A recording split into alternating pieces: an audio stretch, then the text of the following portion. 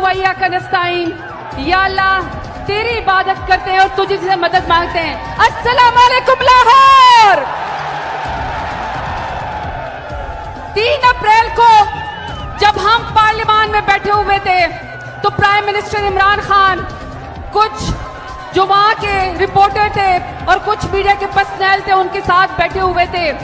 रात को 12 बजे अदालत लगाई गई, प्रिजन की गाड़ियां आ गई और कुछ मखसूस किस्म की वहां पे नकलो हरकत शुरू हुई।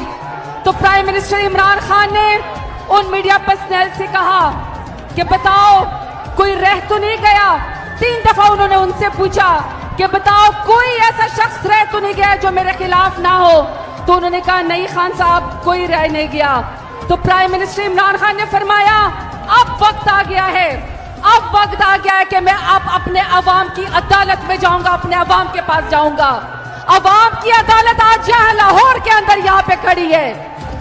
वहां पे एक स्क्रिप्ट लिखा गया बैरूनी ताकतों के इमा पर और कौमी गद्दारों के साथ मिलकर एक स्क्रिप्ट लिखा गया और इस स्क्रिप्ट में कौमी गैरत को खत्म करके, कौमी फॉरेन पॉलिसी को खत्म करके और कौमी सालमियत का सौदा करके चंद चोरों को हमारे ऊपर इम्पोर्टेड तरीके से मुसल्लत किया गया।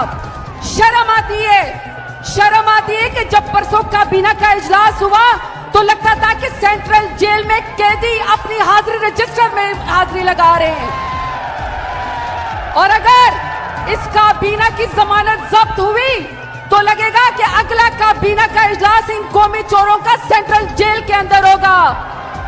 इन्हीं के अल्फाज है कि कोई शर्म होती है, कोई हया होती है, लेकिन पीडीएम वाले तुम्हें क्या पता कि वो क्या होती है। लेकिन जो स्क्रिप्ट लिखा गया, स्क्रिप्ट लिखने वालों को से एक गलती हुई कि एक स्क्रिप्ट ऊपर भी अल्लाह की अदालत में लिखा जा रहा है और वो अल्लाह की अदालत जब लगती है अवाम के जरिए तो अवाम ने फैसला कर लिया कि तुम 22 लोगों को जमीर फरोशी करके खरीद सकते हो मगर 22 करोड़ अवाम को तुम कभी भी नहीं खरीद सकते हो।